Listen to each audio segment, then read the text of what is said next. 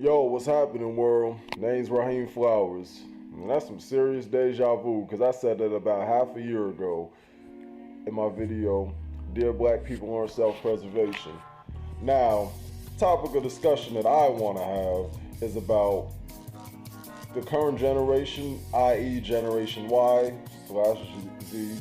and speaking about the baby boomers/Generation X, and how their own shortcomings and complicity has been the ultimate downfall, and they want to place the pile of garbage and this junkyard that they built on us. You see, I had a conversation with my father recently, and he was very negligent of me and my brothers in many ways. Now, granted, I will give the fact that he did instill certain values in us, such as our eating habits and us just remaining healthy and not partaking in all these drugs like cigarettes or Molly or just popping pills and just getting fucked up, drinking a whole lot of liquor, etc. So I have to give my father credit for those things, and also just valuing knowledge altogether. Gotta give credit where it's due. Because you ain't gonna like that karma when it's set up on you, as Joey Badass once said. But anyways, now, in the mix of the conversation that we had, I said about how his negligence and whatever shortcomings and lack of success and accomplishments that me and my other siblings lack kind of fall shorts on him. Now, I would never impute my parents for why my own personal shortcomings, like just blaming them for every single solitary thing and every aspect would be asinine. However, I do believe that because of their negligence and just the lack of moral support and financial support when we were a bit younger, that has contributed to it. It's not the full reason, but it definitely contributed. My dad told me how my grandpa or his father didn't teach him how to swim, didn't teach him how to drive, paint, etc. And to me, it made me think about how black folks think it's okay to just perpetuate that cycle. So what you're saying is, because my dad didn't teach me it, well, I don't have to teach you it. So you carry on that tradition of being stagnant, of lack of true progress, and just any form of synergy and doing things to make the dynamic of your family better. See, that's what the message I got from it was, my father didn't teach me it, so I don't have to teach my son it. They gotta learn it on their own. All that rugged individualism is a huge part on why black folks don't prosper. Because let me tell you something, if white people know how to change the oil, if they know how to swim, if they know how to drive a stick shift car, believe me, I'd say 8 out of 10 times they will teach their children this. That's why white people, that's why the Chinaman, that's why these Arabs, Indians, and Latinos and other ethnicities and races, this is why they're above the race. It's not that black people can't prosper. We rather just be on that individualistic BS all day and think, oh, we can judge and criticize our children and we don't have to give them any moral or at least a small portion of financial support, and that's just what it is. And let's not forget, you baby boomers, you dropped the iron ball. Operation G.A.G, grimy ass generation. And you know what a gag is, a gag reflex, you choked. So now we have to pay the ultimate price because of your own negligence, because you didn't want to grow up, because you wanted to remain a kid forever. You wanted to get fucked up on drugs and sniff coke at these lines. You wanted to party all day like it was the 70s and the 80s. Fuck y'all. How much did that bother you at one point to think that there's kids like this all over the country? Well, really, that's the reason I quit. Because I felt that I was a hypocrite because I didn't want my mom to use drugs. I didn't want my brother to use drugs, but I was selling to everybody else's family. And I got away with it because of who I was, because I was so strong and so powerful. And that, like he said, he was a little kid, he couldn't really do anything about it. Not that I believe what he's saying to do about it is the right thing to do, because that won't help the problem. Drugs is a medical problem.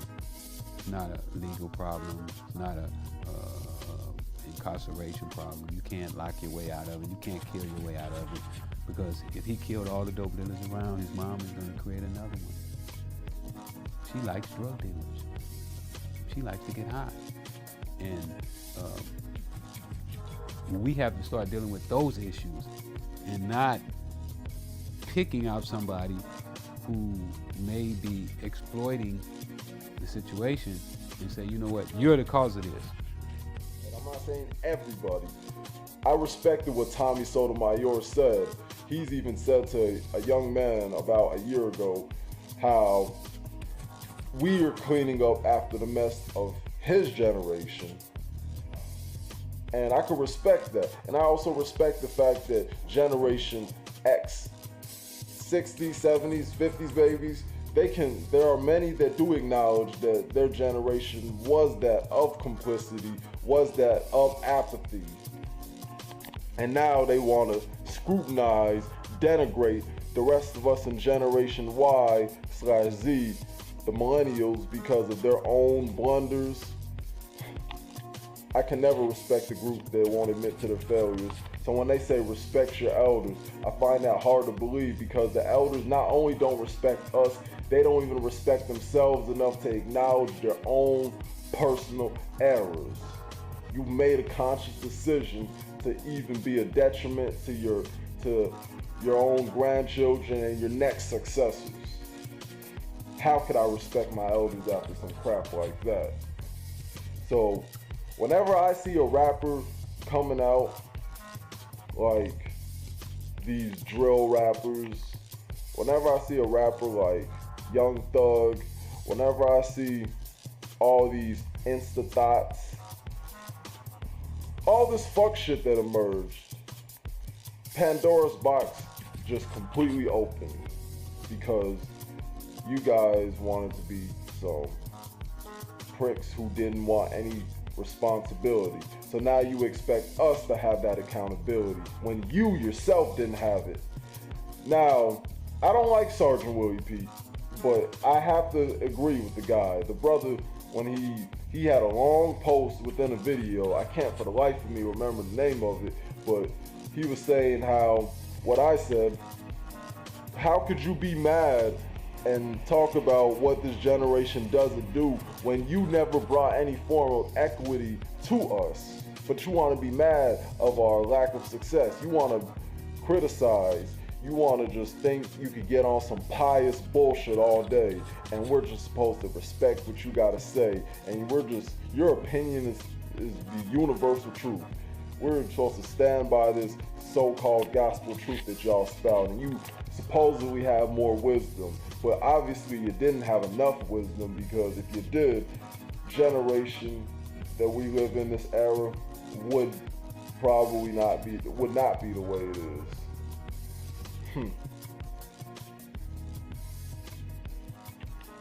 Blaxploitation.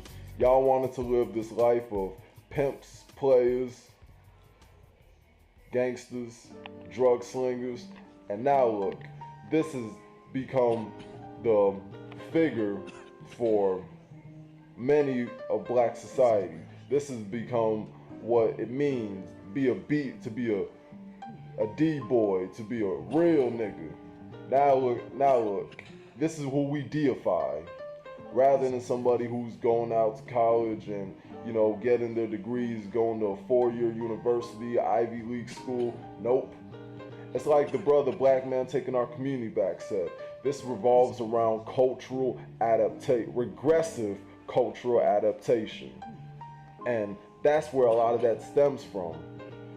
Shoot, I think about the real Rick Ross when he was putting those drugs in. And then after a while, I'm sure there was many black men during the 80s fucking these clucks because one of these pussy whip dudes or pussy beggars and pussy addicts had to just get the dick sucked, even if it meant by a crackhead.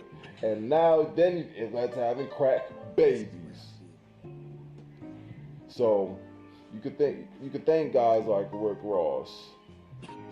You could thank guys who brought this shit in.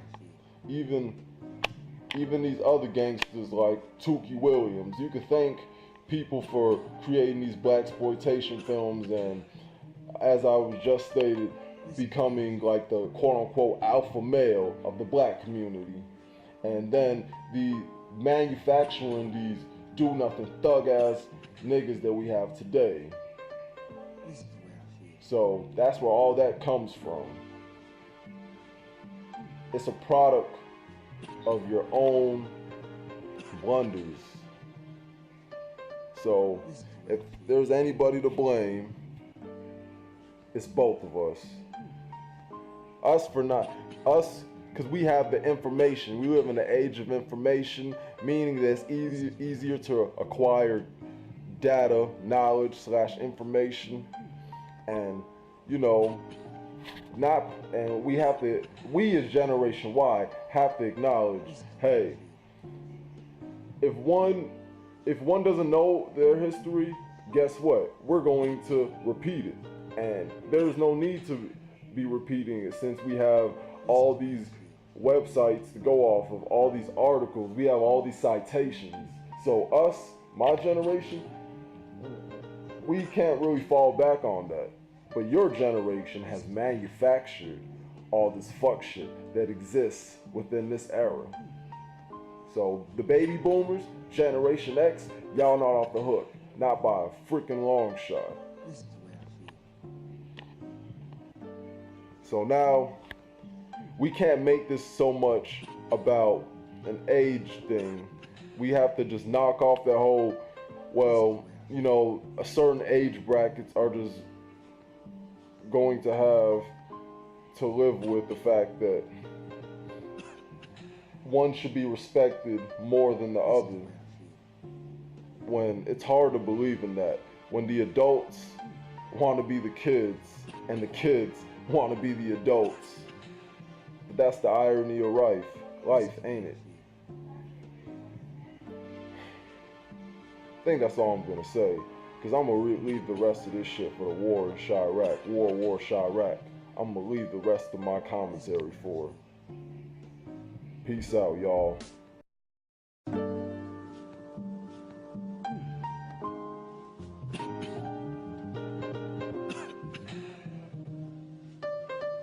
This is the way I feel.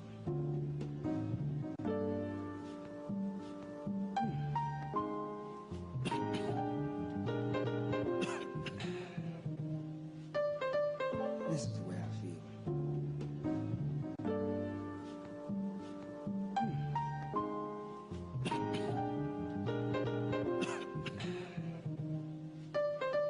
This is the way I feel.